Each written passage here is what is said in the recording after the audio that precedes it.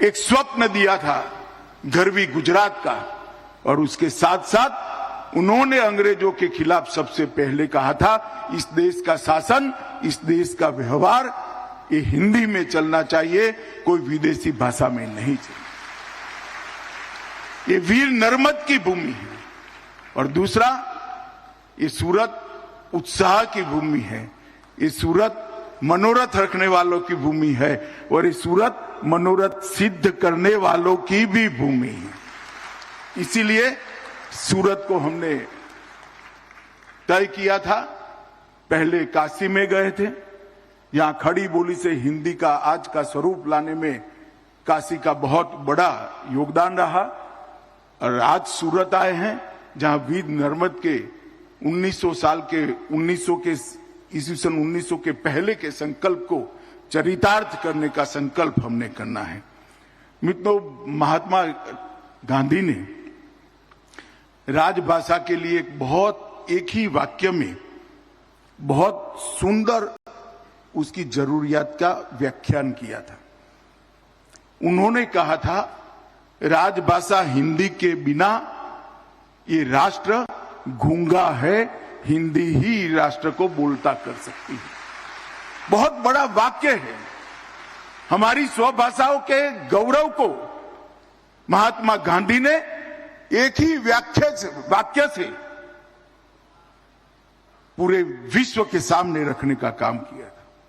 और मैं आज कहता हूं मित्रों, हिंदी हमारे मन की भाषा है, हिंदी हमारे राष्ट्र प्रेम की भाषा है, और हिंदी आम हिंद के जन की भाषा है, आम जन की भाषा है। हमें इसको आगे बढ़ाना है। मित्रों, आज आजादी का अमृत महोत्सव है, तब मैं इतना जरूर कहना चाहता हूं कि मोदी जी राष्ट्रीय शिक्षा नीति 2020 लेकर जो आए हैं, इसका हम सब जरूर बारीकी से इसका अध्ययन करें। इसकी आत्मा क्या है, इसका अध्ययन करें। मोदी जी ने नई शिक्षा नीति में, राष्ट्रीय शिक्षा नीति 2020 के अंदर सबसे बड़ा भार अगर किसी चीज पर दिया है तो उस पर दिया है कि प्राथमिक शिक्षा और इसके आगे की शिक्षाओं में भी स्वभाषा का सबसे बड़ा उपयोग होना चाहिए।